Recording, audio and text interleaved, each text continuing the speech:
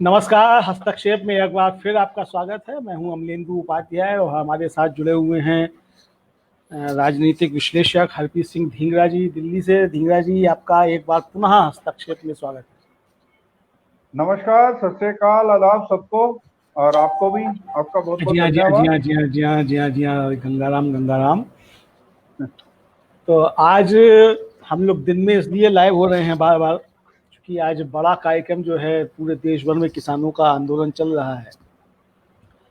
और जिस तरीके से ये सरकार कृषि विरोधी 3 बिल लेकर के आई और जिस तरीके से उनको संसद में पास कराया गया, मतलब जो पास कराने का तरीका था, वो तरीका भी शुद्ध रूप से अलोकतांत्रिक था और असंवैधानिक भी इसको कहा जाए तो वो था। क्योंकि जो संविधान की एक बाध्यता है और संसद की एक परंपरा है कि अगर एक व्यक्ति भी मत विभाजन की मांग करता है तो उसको मत विभाजन कराया जाएगा। और जब सदस्य मत विभाजन की मांग कर रहे थे तो उसमें मत विभाजन होना चाहिए था। अब वो मत विभाजन नहीं कराया गया। और जो सदन के आंकड़े हैं, वो सदन के आंकड़े बताते हैं कि राज्यसभा में सरकार अल्पमत में है और सरकार का ही एक साथी जो है, मतलब वो सरकार को इस मसले पे साथ नहीं दे रहा था। और जो लोग समझे भी जाते थे कि जो बैकडोर से सरकार को समर्थन करते हैं, वो भी इसके खिलाफ खुल करके बोल। बहरहाल चूंकि अब सरकार है और मोदी जी सर्वशक्तिमान हैं और उनकी सर्वशक्तिमानता को कोई चैलेंज भी नहीं किया जा सकता क्योंकि भगवान भी हैं वो। दिक्कत ये है कुछ लेकिन लोगों के लिए, हाँ, कुछ लोगों के लिए सही, कुछ लोगों के लिए सही, मतलब हम लोगों के लिए नहीं है, ठीक है, लेकिन कुछ लोगों के लिए भगवान है ही तो हैं। तो हमको भी कोई बुराई नहीं है भाई कुछ लोगों के भगवान मानने में, हमें क्या दिक्कत है। लेकिन जो संवैधानिक मर्यादाएं हैं, उन संवैधानिक मर्यादाओं को तार तार नहीं किया जाना चाहिए।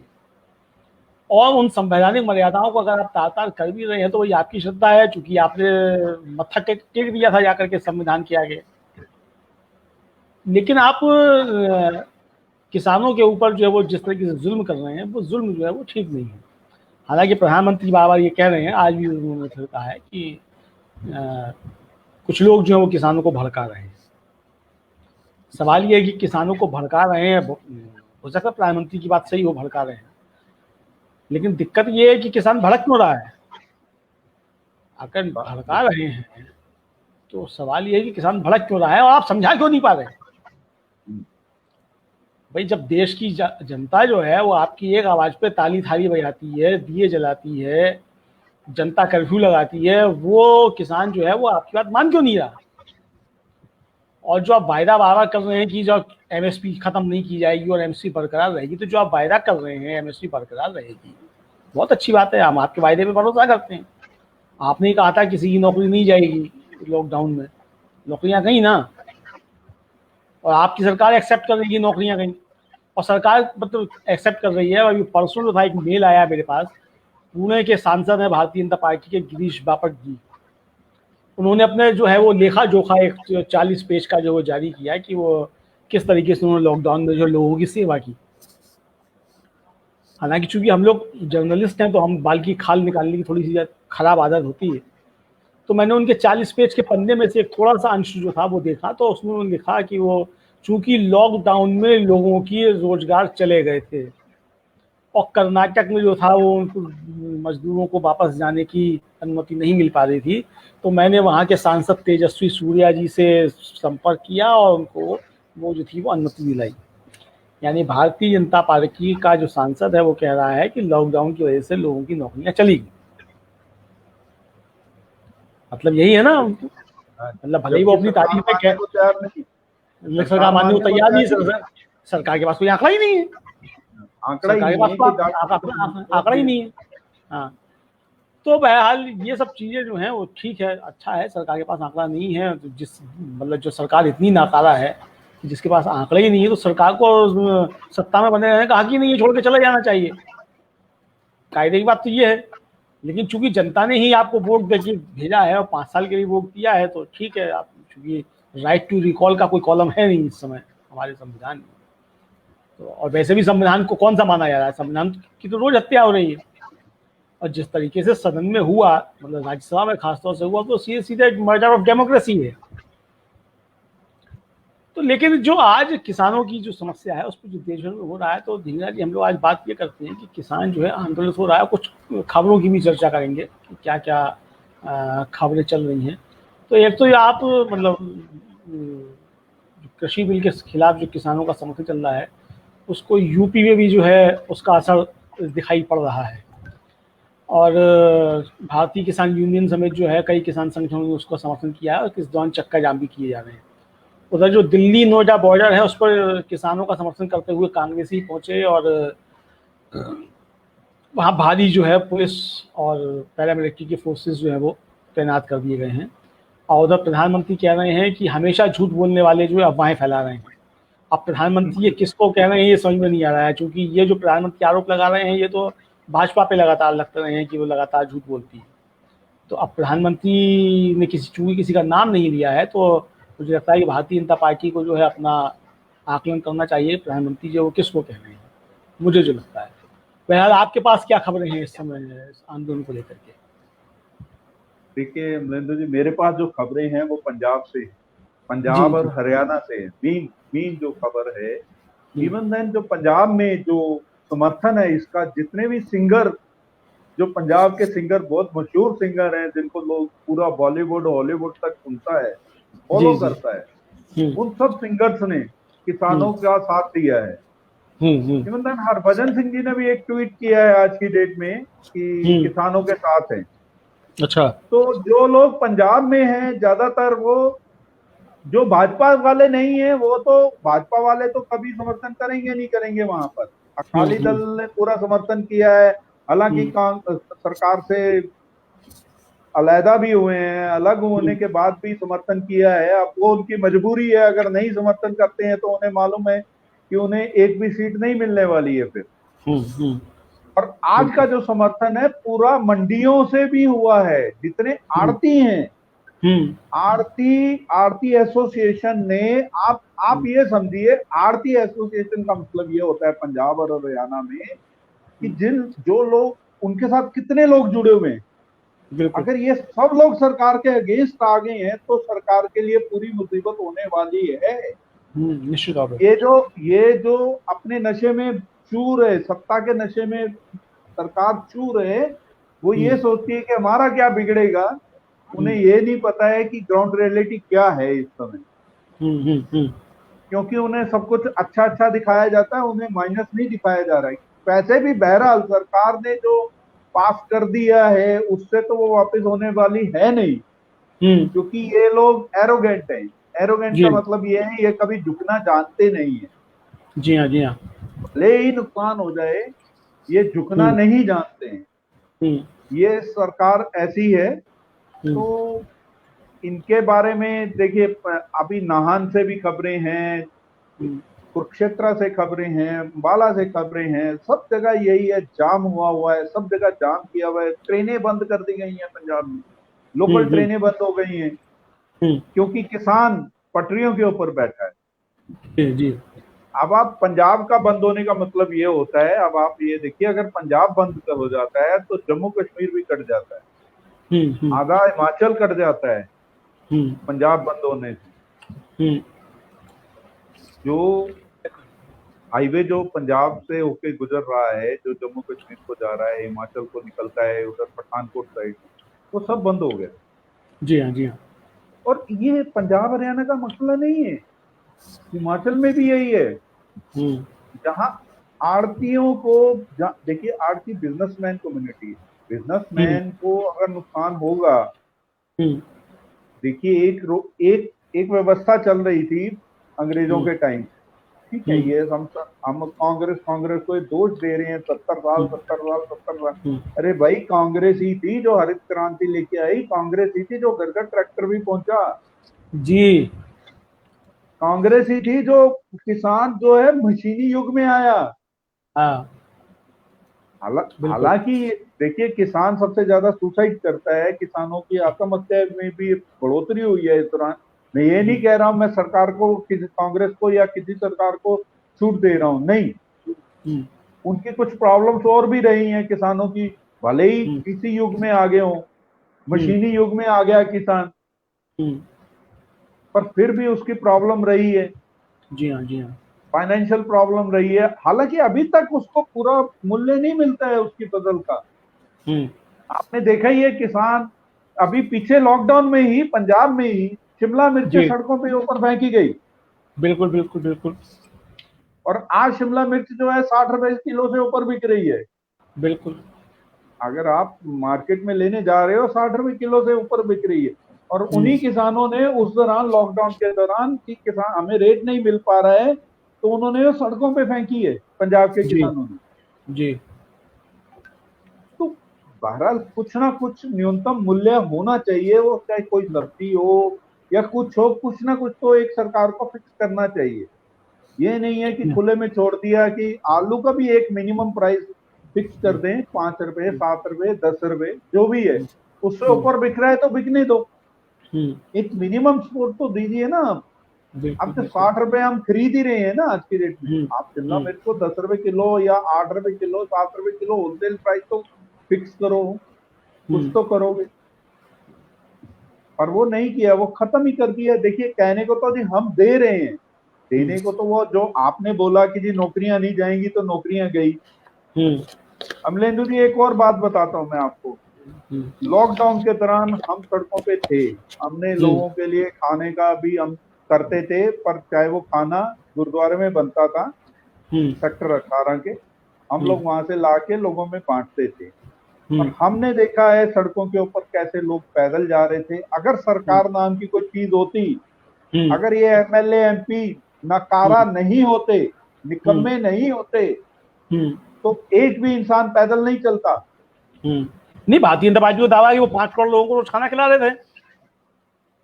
अगर वो खाना खिला रहे थे ना सर, हम्म। भूखे इंसान नहीं मरते। हाँ। उन्हें तो ये नहीं पता कि सड़क के ऊपर कौन मर गया, कौन जिया, हाँ। या रेल ट्रैक पे कौन मरा। मतलब 70 आप सालों कह में रहे हैं इतने, खाना खाना खिला रहे थे ये। नहीं नहीं, अगर ये 70 एनजीओ, सालों में मैं आपको इतने बेशर्म जो हैं, इतने बेशर्म बादशाह नहीं हुआ कोई भी। मतलब मैं एक ये और कह रहा बात हूँ। बता दूं, अगर एनजीओ नहीं होती, एनजीओ हम्म। नहीं होती, लोगों में जो लोगों ने अपने घरों से, अगर किसी के पास 10 लोगों को खिलाने के लिए था, तो उन्होंने 10 लोगों को खिलाया है, 20 लोगों को खिलाया है, जितनी जिसकी क्षमता थी। हम्म। अनंत विहार टर्मिनल में आपने देखे ही है वीडियो, कैसे कैसे वीडियो जी हाँ, आए जी कि हाँ, जी हाँ, केले सब बांट सब। रहे हैं, क्या कर रहे हैं। तो हाँ, सरकार अगर होती तो क्या ये ऐसे भगदड़ होती क्या। सही बात है। सरकार तो कोई दिखाई नहीं पड़ी। और मैं आपको एक असली किस्सा पहले भी शायद एक बार मैंने बताया था। हम्म। हम लोग खाना लेके निकले, पैक्ड फूड होता था, तो हमें हाँ। एक फैमिली मिली सड़क के ऊपर जाते हुए। हमने कार रोकी, हमने बोला ये खाना ले लीजिए, हमने 3 पैकेट दिए उनको, 3 लोग थे। हम्म। हम्म। तो मैंने कहा 3 और ले लीजिए, आप हम्म। पता नहीं कब चलेंगे, कब पहुंचेंगे। तो हाथ जोड़ हम्म। के बोलते हैं, नहीं बाबूजी, सरदार जी, वहां पीछे कुछ लोग बैठे हैं, आप वहां पहुंचा सकते हैं तो वहां पहुंचा दीजिए। हम्म। हमने कहा उनको भी पहुंच जाएगा, आप बस जगह बता दीजिए। हमने खाना वहां भी पहुंचाया। पर हम्म। शायद देखने की बात यह है, मेरी मेरे आज तक वो चीज इसलिए याद रहती है कि लोग, गरीब आदमी को लोग हमेशा लोग दुत्कारते हैं।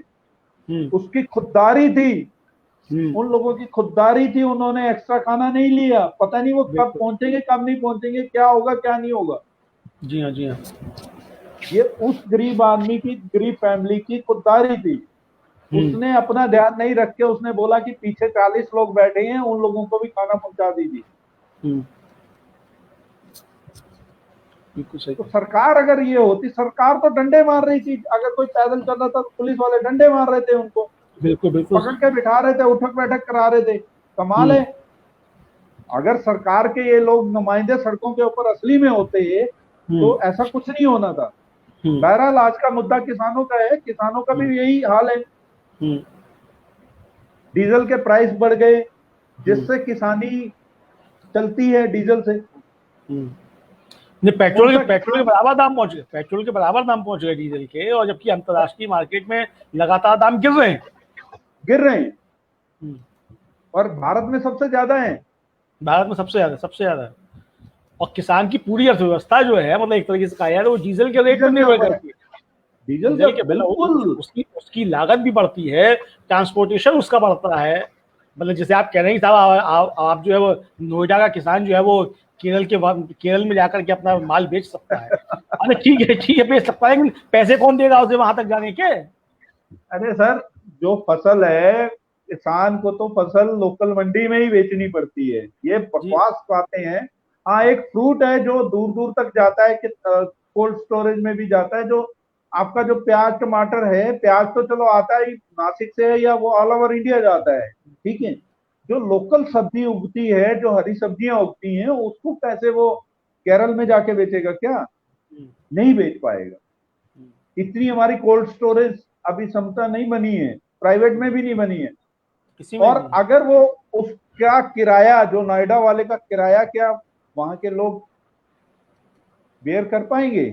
केरल वाले नहीं कर पाएंगे। जो ट्रांसपोर्टेशन होती है, फिश की होती है, इन चीजों की होती है, ऑल ओवर इंडिया में होती है, केरल से आती है, बंगाल से आती है, फिश महाराष्ट्र से फिश आती नहीं, और अगर ये सरकार का दावा सच भी मान लिया जाए, उनकी बात मान ली जाए कि अब वो नोएडा का किसान जो है केरल में जाके बेच सकता है, हमने मान लिया। मान लीजिए यहाँ से एक किसान जो है एक ट्रक भर के आलू लेके चला और केरल पहुंच गया, ठीक है। वहां जाके उसको तुरंत खाली करना है बिल्कुल खाली करना ना, तुरंत खाली करना, पहुंचते ही खाली करना है। खाली कर है। दिया उसने। अब जो वहां व्यापारी बैठा हुआ है केरल में, जहां वो जाके उसने माल उतारा है, उसे मालूम है कि ये किराया खर्च करके लेके आया है यहाँ सामान, इसकी मजबूरी है यहाँ बेच के जाएगा, तो क्या होगा कि उसको जो औने दाम पौने उसको दाम में यहाँ बेचने मिलना का। था, जो दाम उसको यहाँ मिलना था, वो दाम भी उसको वहां नहीं मिलेगा, क्योंकि व्यापारी जानता है कि इस किसान की मजबूरी है, इसको यहाँ बेचकर जाना है। बिल्कुल।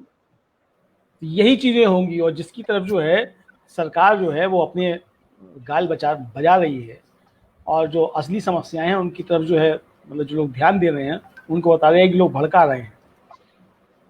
और क्या होगा, मान लीजिए एक ट्रक आलू भर के लेके गया किसान, उसमें से 5-10% खराब भी होगा रास्ते में। निश्चित तौर पर होगा। दबने से काटेज खराब होती है, हमेशा फसल खराब होती, कोई भी चीज ले जाइए आप, कोई भी चीज होगी, उसको 5 से 10% तक का उसको वो बेयर करना पड़ता है, उस सामान जी। खराब होता है उसमें। हम्म। जो नीचे की बोरी होती है, या जो भी स्टैक लगा होता है, अगर एक बोरी पिस गई तो वो सारी बोरियों को खराब कर देती है नीचे वाली। तो ये होता है। तो इन जी हाँ, चीजों जी। को, ये जो कह रहे हैं ना कि केरल में 6 दिन में पहुंचेगा बेचारा, पहली बात तो ट्रक ही 4 दिन के कम में नहीं पहुंचेगा, 4 से 5 दिन में। हम्म, हम्म, अब कितना भाड़ा है वो नहीं इनको मालूम। ट्रेन क्यों चलती हैं, स्पेशल ट्रेन आती हैं, केला भर के आता है ट्रेन में। आप आजादपुर हम्म, मंडी में देखिए कि हम्म, गाड़ी की गाड़ी उतरती है, वहाँ पूरी हम्म, ट्रेन भरी हुई होती है, हम्म, आलू भर के आता है। शिमला से आलू भर के जाता था किसी समय में, छोटी ट्रेन से बड़ी ट्रेन में होता था। अब तो वो ट्रेन, वो शिमला वाला सिस्टम खत्म कर दिया गया है। हम्म, अब तो डायरेक्टली वहां से अगर बुक होगी तो होगी कालका से, नहीं तो पहले वो मीटर गेज और तो, जो टॉय ट्रेन गेज था, जो हम्म, उसमें चलता था, जी मटेरियल जी। होता था, अब नहीं है। हम्म, तो ये सरकारों ने आहिस्ता आहिस्ता वो चीजें बंद करी हैं, जो जी जी एक जी। गरीब इंसान के लिए था, कि वो शिमला से अगर आलू की गाड़ियां बुक करवाई हैं, उसने पूरी मालगाड़ी बुक कराई है, तो वो हम्म, मालगाड़ी भर के जाती थी कलकत्ता में या कहीं भी, हम्म, शिमला के आलू, हम्म, जो पहाड़ी आलू है। जी जी जी। और चलिए, इस बीच एक और खबर आ गई है। वो खबर जो है वो ये है कि भारत में कोरोना वायरस के कारण 92,290 लोगों की मौत हो चुकी है। यानी 1 लाख आप के पास जो है अब पहुंचने वाले हैं। और मीडिया को जो है फुर्सत नहीं है, सरकार को भी फुर्सत नहीं है बात करने की। और मतलब कंगना और रिया से फुर्सत मिले तब तो फिर बात की जाए कि 1 लाख लोग जो हैं वो मरने के कगार, मतलब लगभग 1 लाख का आंकड़ा होने वाला है। अभी जो है, आज में 1141 की मौत हुई है हम्म। कोरोना। जी 1141 आज का आंकड़ा है। जी। ताजा आंकड़ा जो है 1141 लोगों में। आज सुब्रमण्यम स्वामी, ओ, एसपी बाला सुब्रमण्यम की, हाँ, ऐश्वर्या में, हाँ हाँ हाँ हाँ। सिंगर जो हैं, हम्म, एक हम्म, बॉलीवुड सिंगर, और जो ये मलयालम सिंगर, हम्म, देखिए साउथ इंडिया से इतने मशहूर सिंगर जिनको हिंदी बोलनी नहीं आती थी, पर उनके हिंदी में गाए हुए गाने जी जी जी हाँ, जी हाँ। कितने मशहूर हैं। हाँ उनको बिल्कुल। श्रद्धांजलि। हम्म, एक अच्छा सिंगर आज हमने खोया, बहुत दिनों से कोरोना से पीड़ित थे, बहुत दिनों हाँ से, हाँ आज ये हाँ 13-14 दिन की बात नहीं है, जी जी जी। बहुत दिनों से वो क्रिटिकल सिचुएशन में चल रहे थे। हाँ हाँ हाँ। अच्छा, पहले भी कन्हैया एक बार खबर आई त्रिपाठी, थी। कन्हैया त्रिपाठी जी का फिर एक आया है कमेंट, और वो लिख हम्म, रहे हैं कि भाई अमलेंदु जी और धींगा साहब नमस्कार, यह कार्यक्रम रात 8 बजे ही ठीक रहता है, मुझे एक अन्य कार्यक्रम में जुड़े रहना है, 15 दिन नहीं तो सुनता। शुभकामनाएं। बहुत पहले मैंने विदर्भ किसान आत्महत्या पर कार्य किया था, मौत की भीख मांगते किसान और आत्महत्या की वैधता पर भी मैं लिखा था। किसान तो बेचारा ही बनकर रह गया, सरकार बदलती है, किसान की स्थितियां बद से बदतर होती जाती हैं। धन्यवाद। तो हम लोग बता दें कि कन्हैया त्रिपाठी जी जो है वो पूर्व राष्ट्रपति प्रतिभा देवी सिंह पाटिल और पूर्व राष्ट्रपति डॉक्टर प्रणब मुखर्जी की ओएसडी रहे हैं। हाँ जी, हाँ और जी। नमस्कार हम इनको मेरी तरफ से भी जी हाँ, नमस्कार। जी हाँ, जी हाँ।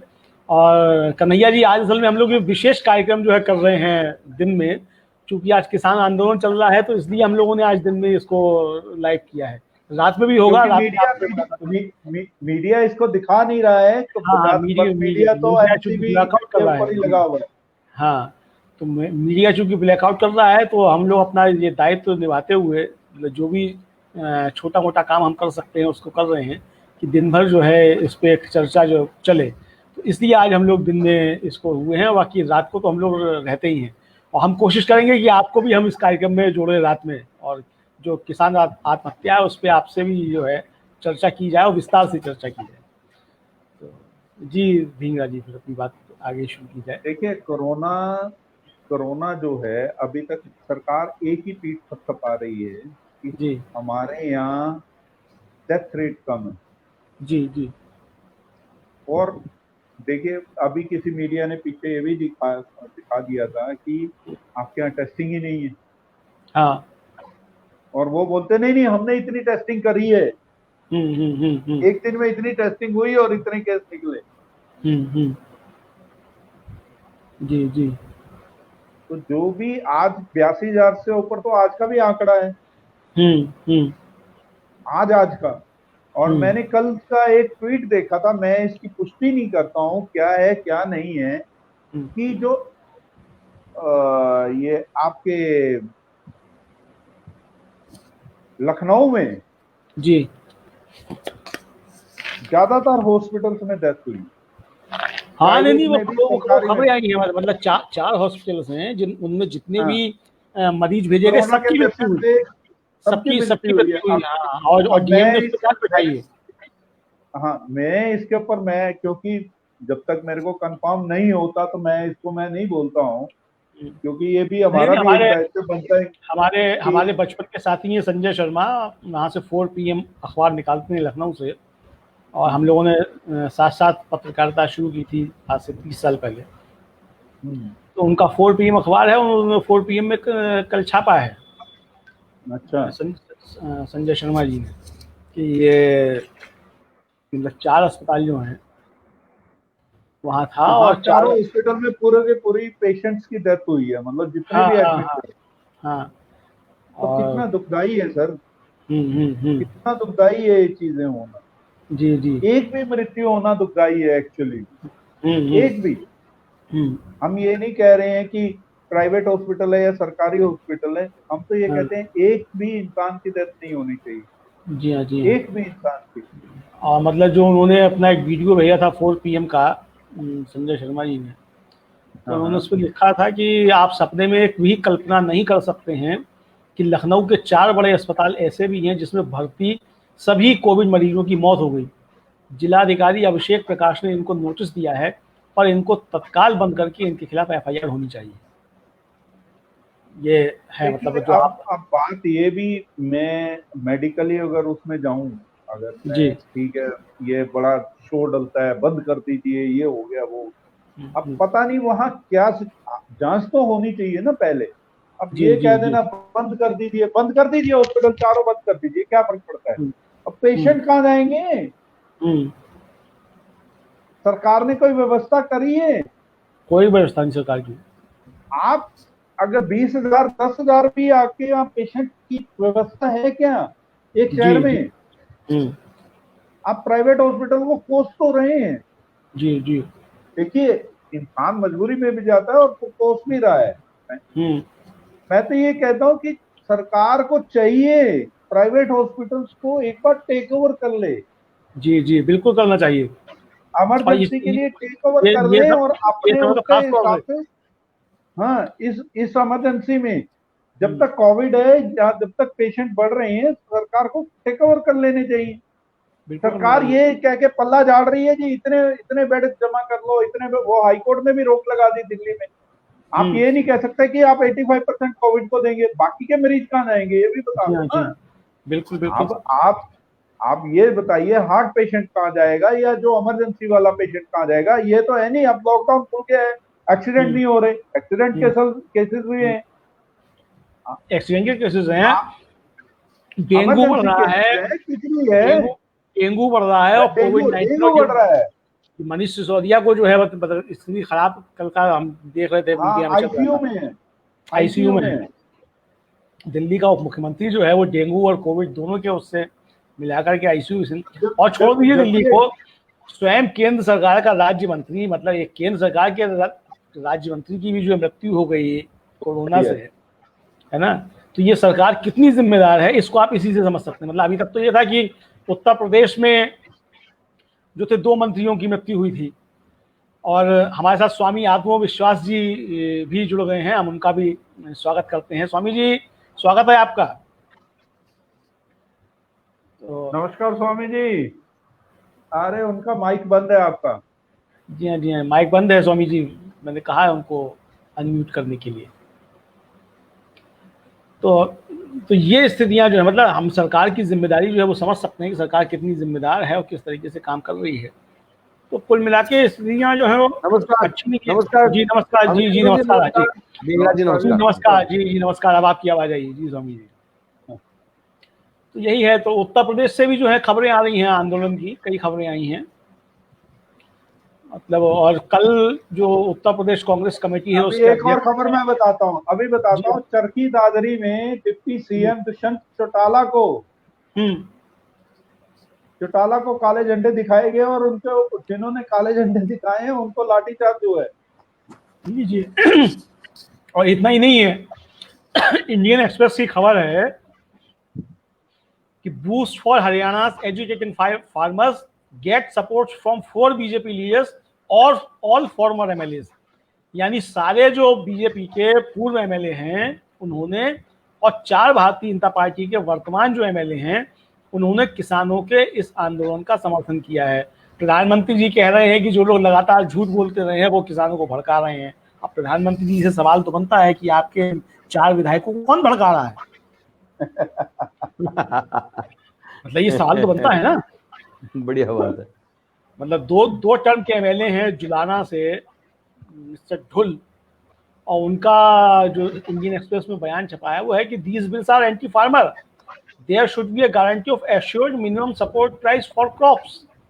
मैंने आपको क्या बोला था जब पहला प्रोग्राम हमने किया था किसानों के लिए, मैंने क्या कहा था आपको कि कोई भी एमएलए एमपी चाहे वो पार्टी में हो वो खुल के तो नहीं बोल रहा होगा, पीछे से वो सपोर्ट कर रहा है कांग्रेस किसानों को, क्योंकि उसको अपनी कुर्सी बचानी है अगले टाइम के लिए, नहीं तो वहां लोग उसको जय श्री राम कर देंगे उसका वहां से। ठीक है, जाओ आप घर पे बैठो, आप घर पे बैठ के गुणगान करो मोदी जी के, अब आप इस लायक नहीं हो।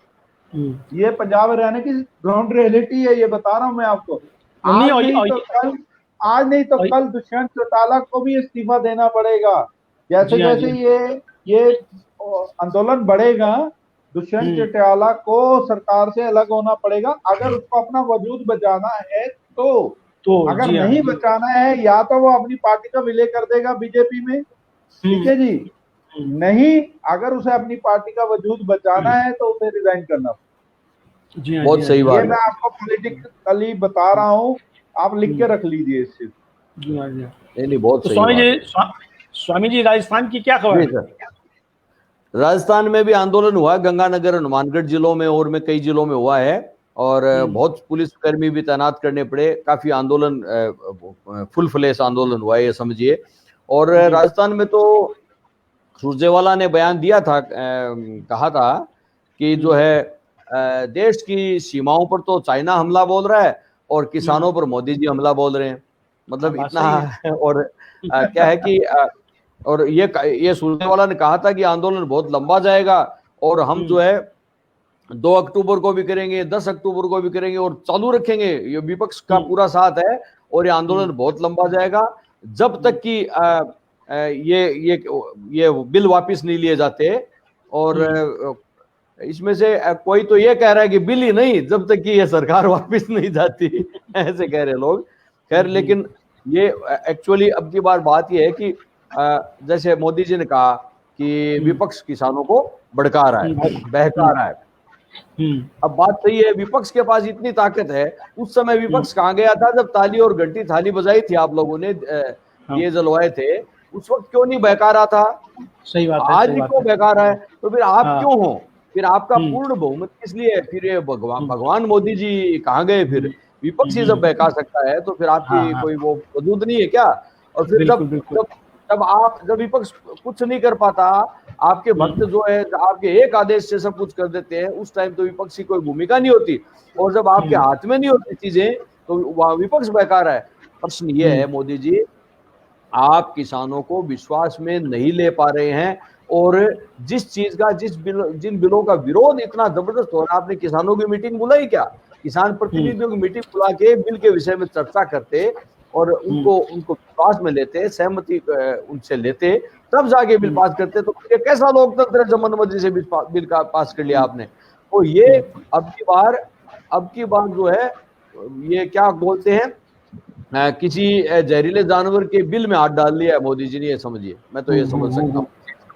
तो क्या है कि ये किसानों से पंगा हुआ ना अब की बार, तो ये समझते हैं कि जैसे वो जो आंदोलन हुआ था, वो जो आंदोलन शाहीन बाग वाला, वैसे तो फिर ये बीजेपी पार्टी घर घर निकली थी और लोगों को समझाना शुरू कर दिया था।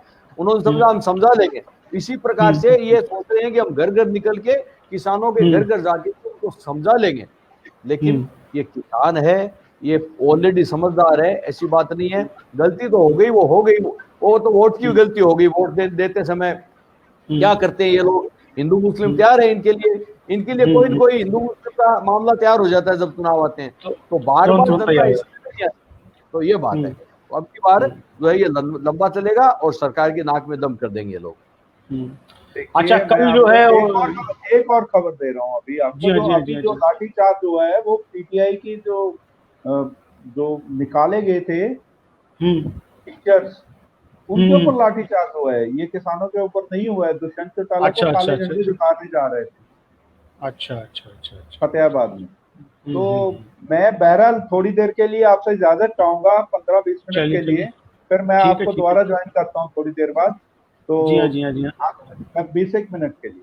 धन्यवाद। ठीक, धन्यवाद जी। तो स्वामी जी, हम लोग चर्चा करते हैं, जारी रखते हैं अपनी। हाँ जी। जो है, तो मैं बता रहा था कि जो उत्तर प्रदेश कांग्रेस कमेटी है उसके अध्यक्ष हैं अजय कुमार लल्लू, और उन्होंने कल प्रेस कॉन्फ्रेंस की लखनऊ में, और उन्होंने कहा कि जो 3 नए कृषि कानून हैं इसमें एमएसपी का जिक्र न किए जाने से सरकारी अनाज मंडियां, सब्जी तथा फल मंडियां समाप्त हो जाएंगी, जिसकी वजह से किसान पूंजीपतियों द्वारा तय किए गए मूल्य पर अपने उत्पादित फसल को बेचने के लिए बाध्य हो जाएगा। अनाज मंडी, सब्जी व फल मंडी खत्म करने से कृषि उपज व्यवस्था पूरी तरीके से नष्ट हो जाएगी और पूंजीपतियों को फायदा होगा, क्योंकि मंडियां किसान की फसल के सही वजन और सही मूल्य पर बिक्री की गारंटी होती है। तो ये कल जो है वो अजय कुमार लल्लू ने लखनऊ में कहा प्रेस कॉन्फ्रेंस करके। मुझे लगता है ये बात सही है, क्योंकि मंडियां जो हैं वो एक तरीके से किसान का संरक्षण भी करती थी। बिल्कुल। और सिर्फ संरक्षण ही नहीं करती थी, बल्कि मतलब जो देश का विकास कहा जाता है, जिसको सड़कें बनवाना, पुल बनवाना, तो इन सब कामों में भी मंडियों की एक भूमिका रही है। और मतलब देहात में जो इंफ्रास्ट्रक्चर तैयार हुआ है उस इंफ्रास्ट्रक्चर को तैयार करने में भी मंडियों की एक विशेष भूमिका है। और खासतौर से जो कृषि आधारित अर्थव्यवस्था है उसको सुदृढ़ करने में भी कृषि उत्पादन मंडियों की एक बड़ी भूमिका जो वो रही है। और जिस तरीके से अब ये सरकार मतलब मंडियों की कमर तोड़ने जा रही है, अभी हम लोग थोड़ी देर पहले चर्चा कर रहे थे, मनीष भारतीय जी हमारे साथ थे, श्रम अधिवक्ता हैं और किसान नेता भी हैं, हस्तक्षेप के एसोसिएट एडिटर भी हैं वो, तो वो थोड़ी देर पहले चर्चा कर रहे थे। वो कर रहे थे कि वो ये इन मंडियों को ख़त्म करने से सिर्फ किसान ही बर्बाद नहीं होगा, जो छोटा व्यापारी है, मतलब जो एक किसान के छोटे व्यापारी के बीच जो रिश्ता होता था, उससे भी मतलब वो व्यापारी वर्ग भी लगभग 5 करोड़ लोग जो हैं वो भी तबाह बर्बाद हो जाएंगे, और एक नए किस्म का दलाल वर्ग जो है वो पैदा होगा।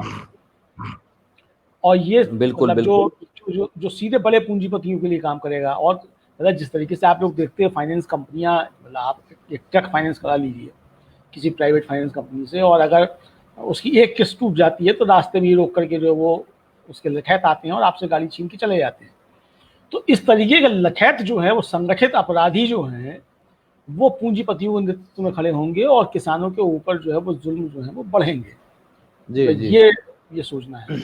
आप क्या मतलब सोचते हैं, मतलब ये बात बहुत सही बात है अमलेंदु जी। जिस देश में आज़ादी के बाद गेहूं आते थे अमेरिका से और लिखा होता था अमेरिकी जनता की भेंट, जी, वो स्थिति थी जिस देश की ये स्थिति थी, और इस स्थिति से उबार करके पूर्ववर्ती सरकारों ने इस देश को कहाँ लाके खड़ा किया।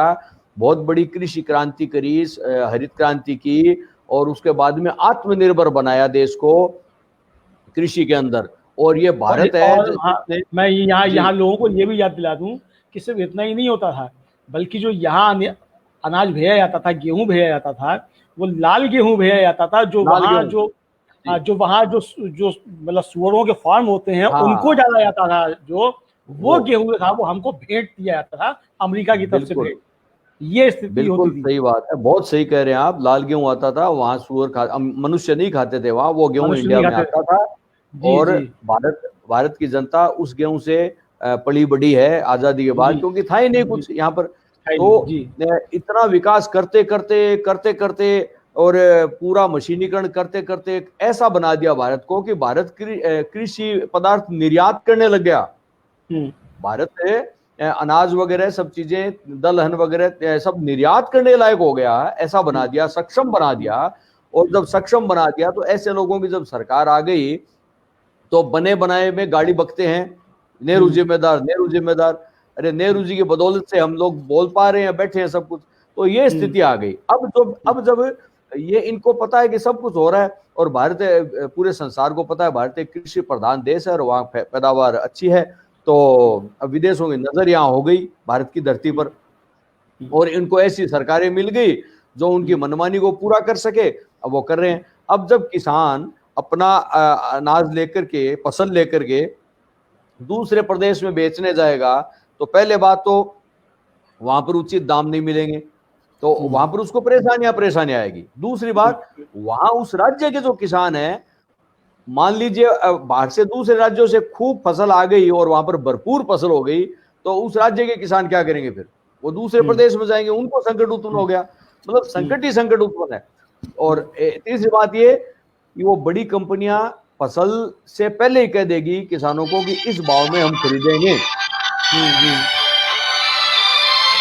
जी और इस भाव में हम खरीदेंगे। अब वो फसल तैयार होगी, अब बड़ी कंपनियों की नजर पूरी फसल पर उसके दौरान रहेगी। भाई आप इस तरह खाद दो, इस तरह पानी दो, क्या कर रहे हो आप लोग, ध्यान नहीं देते, हमारी फसल बर्बाद हो जाएगी, इतनी नहीं हुई तो हम ये दाम नहीं देंगे। मतलब एक प्रकार से किसान अपने खेत में मजदूर की भांति उनकी बातें सुनने पर मजबूर हो जाएगा, ऐसा लगता है। मतलब एक ऐसा हो जाएगा कि अच्छा, दुनिया भर के जो आड़तिए और दुनिया भर के कर्मचारी जिनको रोजगार मिल रहा था वो बर्बाद हो जाएंगे, और वो औने पौने दामों में फसल को लेंगे, क्योंकि बड़ी कंपनियां है। वो किसान ये सोचेगा, गरीब किसान ये सोचेगा एक मुश्त खरीद रहा है, ये ठीक है, एक मुश्त पैसा दे देगा, तो वो औने पौने दामों में लेगा, और पता नहीं उनके उनमें से क्या क्या बना के या कैसे किस भाव बेचेगा वो। हमारी फसल हमें ही बहुत महंगे दामों में मिलेगी, ये भारत की अर्थव्यवस्था खराब हो जाएगी। ये मुझे लगता है बहुत खराब है ये स्थिति। यदि स्थिति खराब नहीं होती तो किसान आंदोलन नहीं करते। अब कहते हैं कि विपक्ष भड़का रहा है, तो आपकी पार्टी के लोगों ने क्यों इस्तीफा दिया? दूसरी बात, फिर आपकी पार्टी के लोगों को आप विश्वास में नहीं ले सके, किसान प्रतिनिधि मंडलों का आप विश्वास में नहीं ले सके। इस तरह कोई कानून पास थोड़ी होता है। ये तो लोकतंत्र के विरुद्ध में है। जनता की सरकार है, जनता के द्वारा है, जनता के लिए है, तो उस हिसाब को देखना चाहिए। जी अमलेंदु जी, बिल्कुल। और उन्होंने आगे भी एक बात कही है, मतलब अजय कुमार लल्लू ने, उन्होंने कहा है कि एक देश एक समर्थन मूल्य के तहत पूरे प्रदेश में सारी फसलों, अनाज, फल, सब्जी, तीनों चीज़ों के पूरे देश में न्यूनतम समर्थन मूल्य तय होना चाहिए। नए कानून में एमएसपी का जिक्र किया जाए और यह सुनिश्चित किया जाए कि नए कानून के तहत किसान के किसी भी उपज की खरीद एमएसपी से नीचे नहीं होनी चाहिए। नए कानून में कृषि उत्पाद का न्यूनतम समर्थन मूल्य तय करने का जिक्र ना होना इस बात की तरफ इशारा करता है कि सरकार ने कृषि व्यवस्था को पूरी तरीके से कारपोरेट और पूंजीपतियों के हवाले कर दिया है। इससे देश की कृषि व्यवस्था, जिसमें 86.4% किसान जिसकी जोत 2 एकड़ से कम है, वह नई प्रतिस्पर्धात्मक व्यवस्था से बाहर हो जाएगा और किसान अधिकार विहीन हो जाएगा। उसकी हैसियत मात्र एक मजदूर की हो जाएगी, केवल मेहनत और उत्पादन करे। तो बहुत ये सही बात है।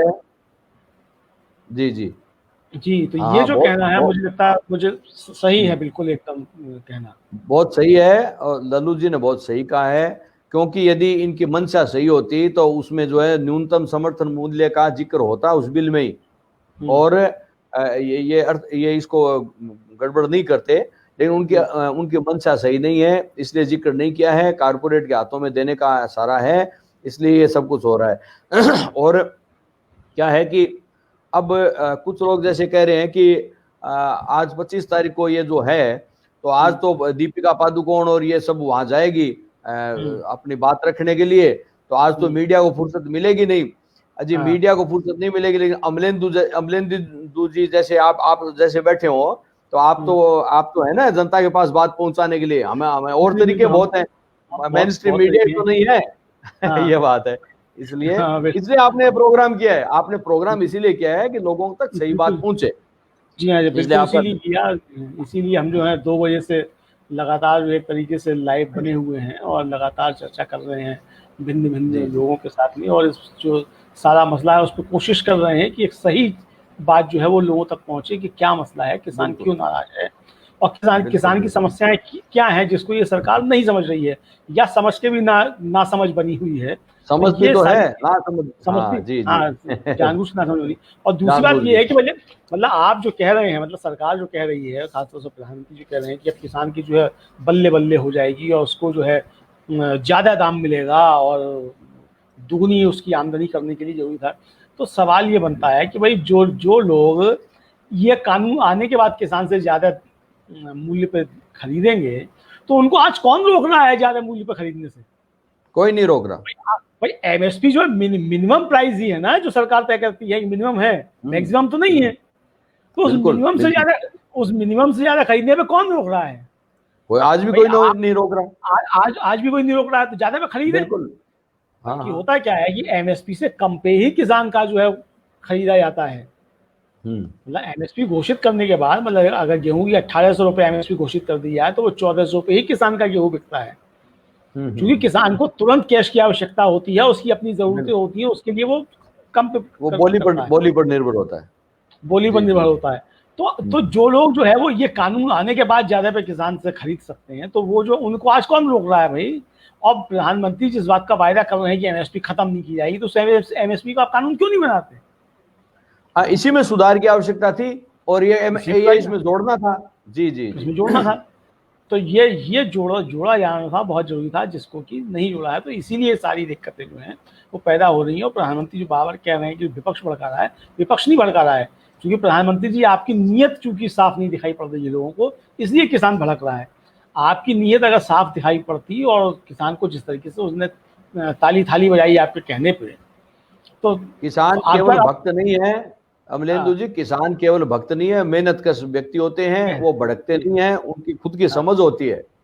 हाँ, और खुद की समझ है उनकी। नहीं मतलब बल्कि प्रधानमंत्री ये क्या कि लोग भड़का रहे हैं, आप किसान को बेवकूफ साबित करना चाहते हैं क्या? हाँ वो और क्या, इनको उनकी तो बात अर्थ यही निकलता है अब तो ये भाई कि भाई किसान तो हाँ अप्रत्यक्ष रूप से तो आप यही कहना चाहते हैं जी किसान बेवकूफ है, दूसरे लोगों से भड़का रहे हैं। हाँ तो मतलब प्रधानमंत्री स्पष्ट करें कि किसान बेवकूफ है इस देश का, जो ठीक बात है, दूसरों दूसरों कहने से भड़क जा रहा है। तो प्रधानमंत्री ये भी स्पष्ट करें कि दूसरे भड़का रहे हैं बिल्कुल। और किसान अगर भड़क रहा है तो उसमें आप ये कहना चाहते हैं कि किसान जो है वो देश का बेवकूफ है, वो भड़क जाता है। तो अब मुझे लगता है प्रधानमंत्री ये जी जी जी हाँ बताइए। तो प्रधानमंत्री को जो है ये इस तरह की देखिए बातें जो है नहीं इन्होंने करनी चाहिए। इन्होंने भक्त पैदा किए हैं, अंध भक्त पैदा किए हैं, जी और जी ये किसानों को भी वही मान रहे हैं। अरे किसान एक बार चक्कर में आ गए ठीक है, लेकिन वो अंध भक्त नहीं है, ये सोच लेना चाहिए। उनकी जी समझ है, जी वो जी मेहनत करते लोग हैं। तो इसलिए अच्छा अब ये बिल राष्ट्रपति जी के पास है, और वो आशा करते हैं हम कि राष्ट्रपति जी अब विपक्ष की बात सुनेंगे। विपक्ष ने कहा है कि राष्ट्रपति जी इस पर साइन मत कीजिए, इसको समझिए, तो हो सकता है वो संशोधन के लिए भेजें या कुछ भी। आशा तो करते हैं, आशा तो करनी हाँ, चाहिए, आशा लेकिन ही बड़ी चीज़ है, और क्या करें, आशा ही हम लोग कर सकते हैं। हालांकि हम लोगों की आशा जो है ये निराशा में बदलेगी क्योंकि हाँ ये तो दिख रहा है, खैर ये बात है, क्योंकि लेकिन जिस तरीके के राष्ट्रपति हम लोगों को मिले हैं, अति सम्मानित, मतलब तो वो बड़ी दिक्कत वाली चीजें हैं। और जिम्मेदारी जो थी उपराष्ट्रपति से भी थी, हम लोगों को यही आशा थी कि वो जो है जी जी सदन जी की हाँ परंपराओं का सम्मान करेंगे। हाँ हाँ वो भी नहीं हुआ। वो भी नहीं हुआ, लेकिन उपराष्ट्रपति जी तो हैं बल्कि उल्टा विपक्ष के ऊपर आरोप लगा रहे थे। तो मुझे लगता है कि जो भारतीय जनता पार्टी से जुड़े हुए लोग संवैधानिक पदों पर पहुंच भी जाते हैं तो वो संवैधानिक मर्यादाओं का पालन नहीं करते हैं, और बल्कि संविधान की मर्यादाओं को बार बार ताड़ करते हैं। मतलब उपराष्ट्रपति ने जिस तरीके के वक्तव्य आए वो उपराष्ट्रपति की गरिमा के अनुरूप नहीं थे। बिल्कुल नहीं थे, बिल्कुल नहीं थे। बिल्कुल उनको ये समझना चाहिए कि वो भारतीय जनता पार्टी के अध्यक्ष नहीं है, मतलब वो पूर्व अध्यक्ष है भारतीय जनता पार्टी के, लेकिन उनको ये समझना चाहिए कि वो उपराष्ट्रपति हैं और उपराष्ट्रपति देश का संवैधानिक पद है और उनकी देश के प्रति और संविधान के प्रति जिम्मेदारी बनती है, भारतीय जनता पार्टी के प्रति जिम्मेदारी नहीं है।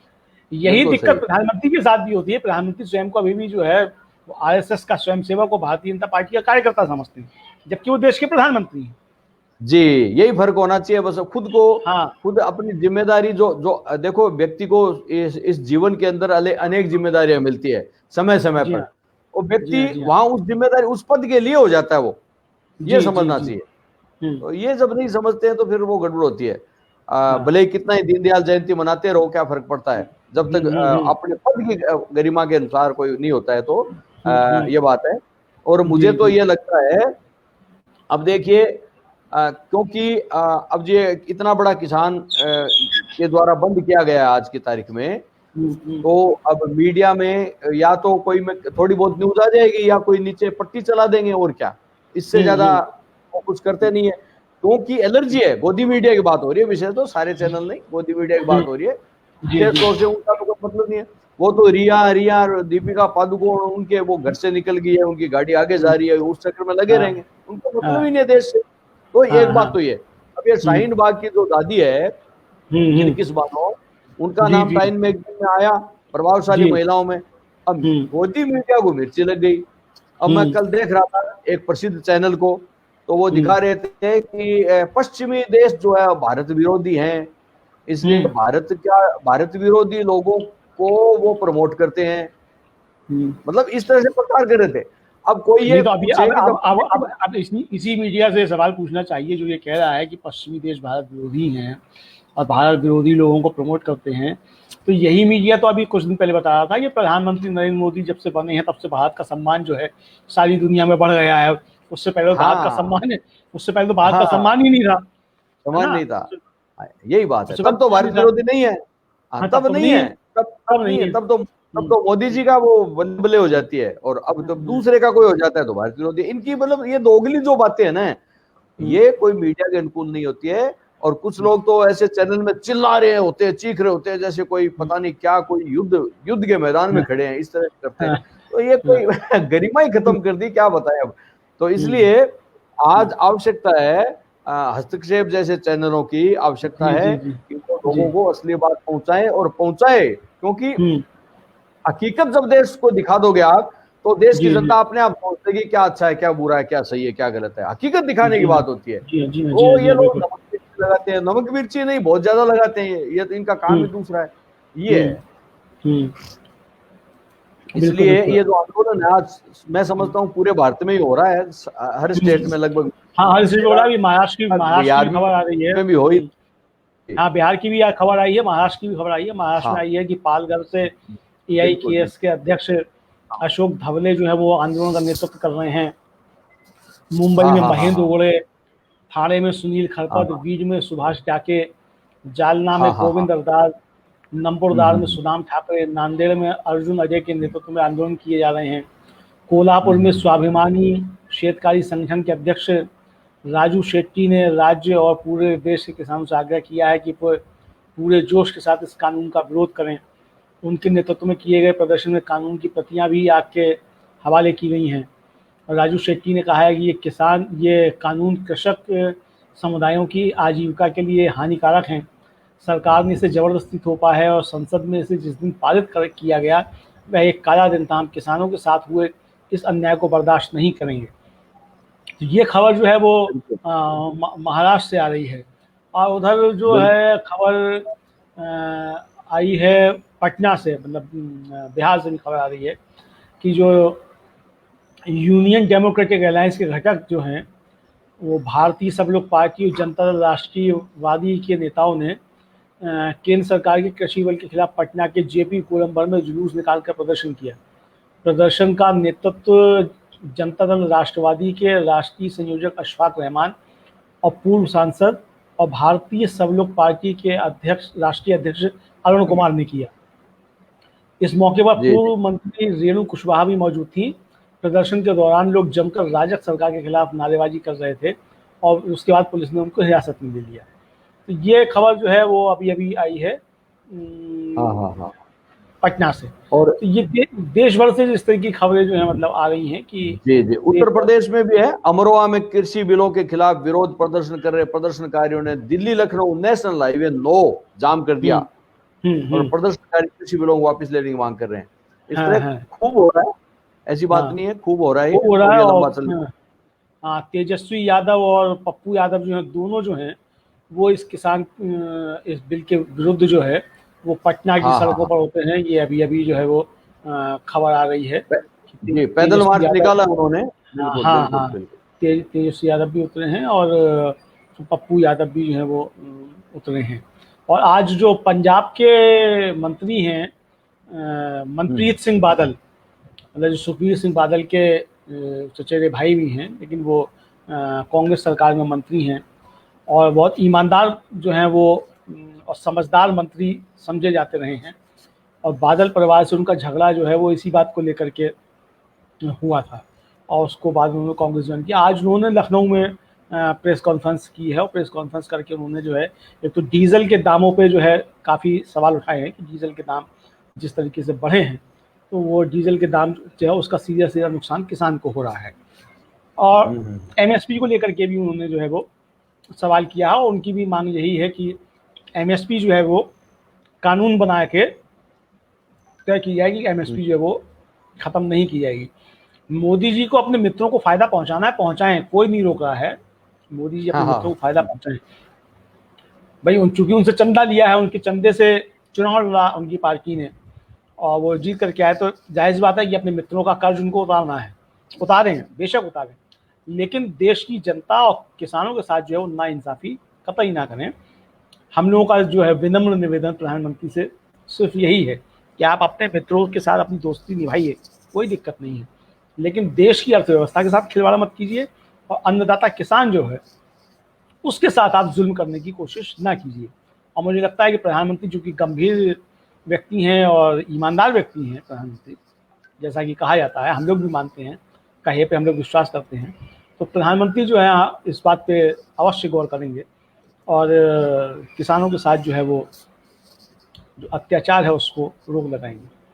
तो मुझे लगता है कि स्वामी जी हम लोग अभी इस चर्चा को थोड़ा सा विराम दें और जी 10-15 हाँ, मिनट के बाद हम लोग जो है फिर से जो है वो आते हैं। जरूर। और तब तक हम अपने दर्शकों से कहेंगे कि आप हमारे जो देख रहे हैं फेसबुक हाँ पे, हाँ तो आप इसको शेयर करें, हाँ, और यूट्यूब पर देख रहे हैं तो आप इसको बिल्कुल शेयर करें, और यूट्यूब पर अगर आपने हमारा चैनल सब्सक्राइब नहीं किया है तो इसको सब्सक्राइब भी करें। और 15 मिनट के बाद हम लोग पुनः जो है वो हाजिर होते हैं और फिर इस जरूर पे जरूर जी आगे मसलों पर चर्चा करते हैं। जी, धन्यवाद।